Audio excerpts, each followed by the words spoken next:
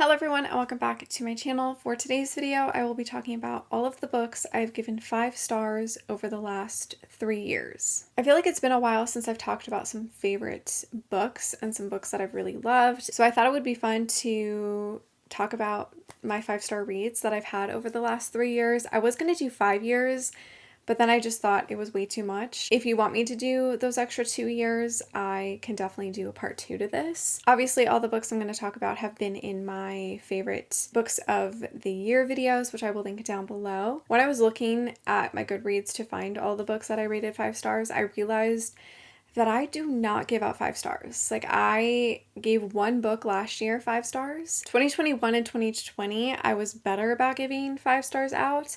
But the last a year or two, I just don't give out 5 stars, which is so sad. I definitely could have given out more last year, but for some reason, I only gave one book 5 stars last year. And so far in 2023, I have not given a book 5 stars yet. I genuinely have not been reading that good of books that I feel like deserve a 5-star this year, but I'm hopeful I will find a 5-star read at some point. But anyways, let's get on to my 5-star reads over the last 3 years. I'm going to start from 2020 all the way up to 2022. So for 2022, I gave The Simple Wild by K.A. Tucker 5 out of 5 stars. This follows Calla, who lives in Canada, and she doesn't really have a relationship with her father, but she gets a phone call one day that her father is sick and he may not live for very long.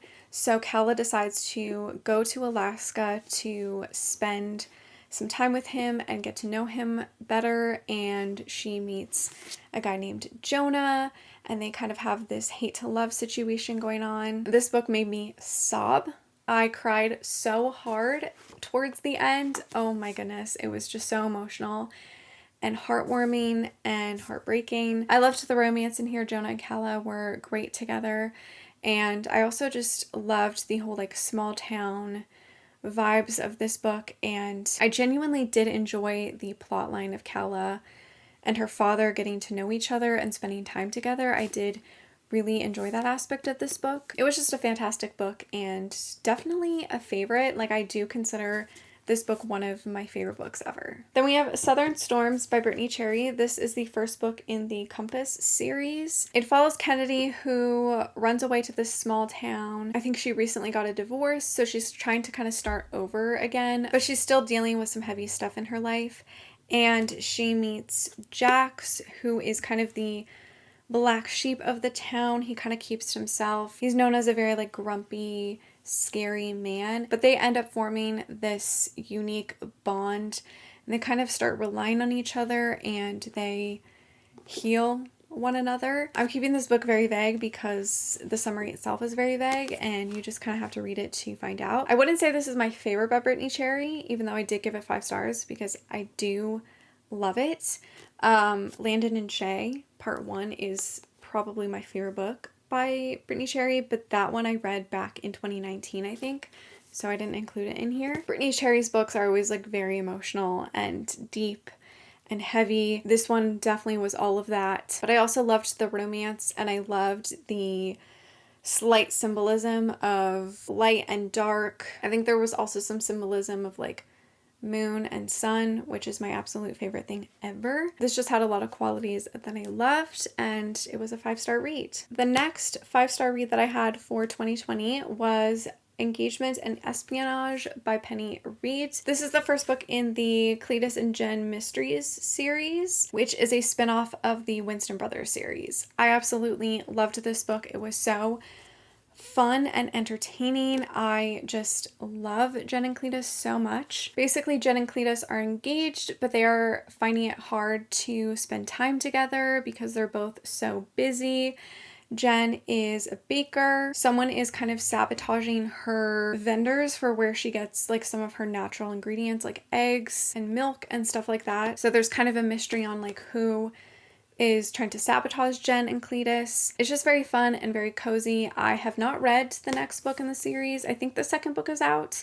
I still have not read it yet, but I'm definitely very excited to continue because I absolutely just love Jen and Cletus. They're so funny and cute together, and if you enjoy cozy mystery romances, like small town romances, I highly recommend this book. Then quickly we have Forever Wild by K.A. Tucker.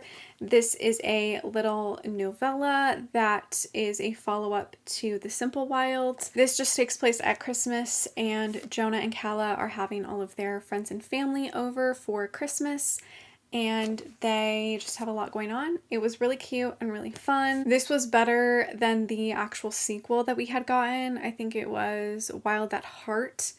That one was nothing compared to this one. This was just so good. The proper, perfect ending for Calla and Jonah. And the last book I gave 5 stars in 2020 was Chasing the Moon by S.M. Soto. This is actually my favorite book of all time. I absolutely love this book. I don't talk about this book a lot because the author was caught plagiarizing other people's books. From what I know, nothing from this book was plagiarized.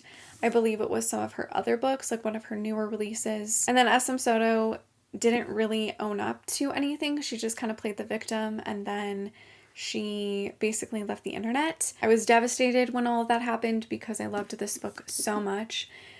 And I always want to talk about it, but now I feel like I can't, which is so sad. I also just don't talk about this because you can't really read it. Like, there's no places that you can really buy it and read it. So it's just kind of like non-existent really, which really, really sucks. But that's the way things go. Anyways, this follows Celine, who has always had a crush on Endymion ever since she saw him. He's quite popular. He is very much the talk of the town. And one night, Celine and Endymion kind of have a moment. Celine thinks that the next day everything is going to change and that they'll be together, but unfortunately, that does not happen. Endymion ends up breaking her heart, and Celine leaves for college, and 6 years later Celine is back in town, and her and Endymion kind of run into each other. Endymion is suddenly wanting Celine, but Celine has a secret that could ruin everything. I feel like this happens every time I talk about a favorite book. I never explain the book right, but this is my favorite book ever. I just absolutely love Celine and Endymion and their relationship, and I love the whole plot, and I love the sun-moon parallels. And this is also technically like a modern retelling of the Greek myth of Celine and Endymion, but this is just my favorite book ever. I love it so much. I wish I could talk about this book more. I wish I could recommend it and have everybody read it, but unfortunately, I can't, which just really, really sucks. Now we're moving on to 5-star reads from 2021. So we have Call Me Crazy by Melanie Harlow. This is the only Melanie Harlow book I have ever given 5 stars. I just loved it so much. This follows Enzo, who needs to get married in order to inherit his family business. And Bianca is wanting to settle down and have a baby and start a family of her own. So Enzo and Bianca decide to make this deal where they will get married for a couple of years. She will have her baby, and they can kind of like co-parent and then eventually separate and go their own ways. Also, I forgot to mention that Bianca and Enzo are like childhood enemies. Like, they do not get along. They have a very hate to love relationship. This book just had so many tropes that I absolutely loved, and I feel like Melanie Harlow made all of them work so well all together. I loved the small town vibes. I loved the romance, obviously. There was something so addicting about this book as well. I just couldn't stop reading. It was just so fun and cute and romantic and hot, and I just really, really loved it. And it definitely took me by surprise. The next 5-star read that I had was Marriage for One by Ella Mays. This book also really surprised me in how much I loved it. When I read this, I'd heard so many good things about it, and I was kind of on the fence because I think I also had read The Spanish Love Deception, and I didn't really like that one, so I was kind of scared to read this, but I just ended up falling in love with it. This follows Rose, who is wanting to open up her dream cafe. She has dreams about it forever, and that's her ultimate goal. And her uncle, I believe, passes away, and in his will, it states that this building that he owns, that Rose can open up her cafe in, will go to Rose and her husband, which means Rose needs to get married to inherit this building. And Jack is this very successful businessman, and for some reason he offers to marry Rose so that he can get the building, but also so that Rose can open up her own coffee shop. I just loved this book so much. It is very romantic and it is very character focused. It's very much about Jack and Rose and what they're going through day to day and them just falling in love and having this very sweet kind of like friends to lovers romance. It's a very slow burn, but I just absolutely loved this book. The next book I gave 5 stars was Wait For It by Mariana Zapata. I believe this is the second Mariana Zapata book I had read, and I loved this so much. This just follows Diana, who essentially has to raise her nephews. She has to take them in, and she's kind of like a single mom now. And she moves to this new neighborhood and she falls in love with her neighbor Dallas, who is very mysterious, but he is suddenly there for her whenever she needs. Obviously very slow burn, very much just about the characters and them day to day, which is what I absolutely love about Mariana Zapata. This book was just so funny and entertaining, and I loved the romance, even though it was very, very slow burn. I loved Diana and her relationship with her nephews. There were actually like quite a few moments that made me like laugh, but also cry. If you hate kids and books, read this one because it'll change your mind. It was just so good. Then we have The Wall of Winnipeg and Me by Mariana Zapata. This I obviously gave a 5-star as well. This was so good. I don't think I could really pick a favorite Mariana Zapata because I think I love them all. This follows Vanessa, who is Aiden's assistant. Aiden is this football player and he's a very grumpy, kind of standoffish man, and Vanessa is kind of done being his assistant. She no longer wants to work for him. She wants to pursue her own dreams. When she quits, Aiden comes crawling back and asks her to not be his assistant but be his wife. I absolutely loved this whole marriage of convenience romance. I loved the slow burn between Vanessa and Aiden and just their friends to lovers romance. It was just so good and I loved it, obviously. The last book I gave 5 stars in 2021 was All Roads Lead Here by Mariana Zapata.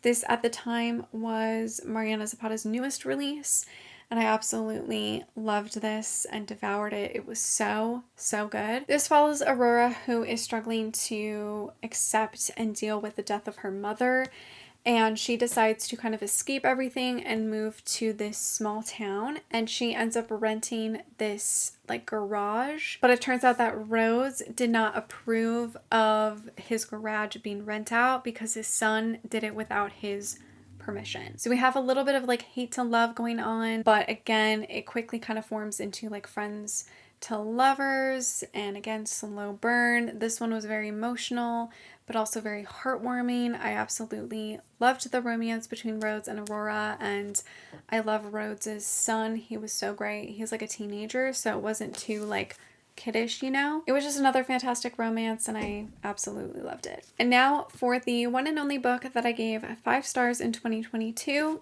The Dead Romantics by Ashley Poston. This book was a roller coaster of emotions. I cried, I laughed, it was very heartwarming, but also like absolutely heartbreaking. This follows Florence, who is a ghostwriter. She writes for a popular romance author. She's struggling to kind of write the next book. She doesn't really believe in romance and love at the moment. She's kind of struggling with that.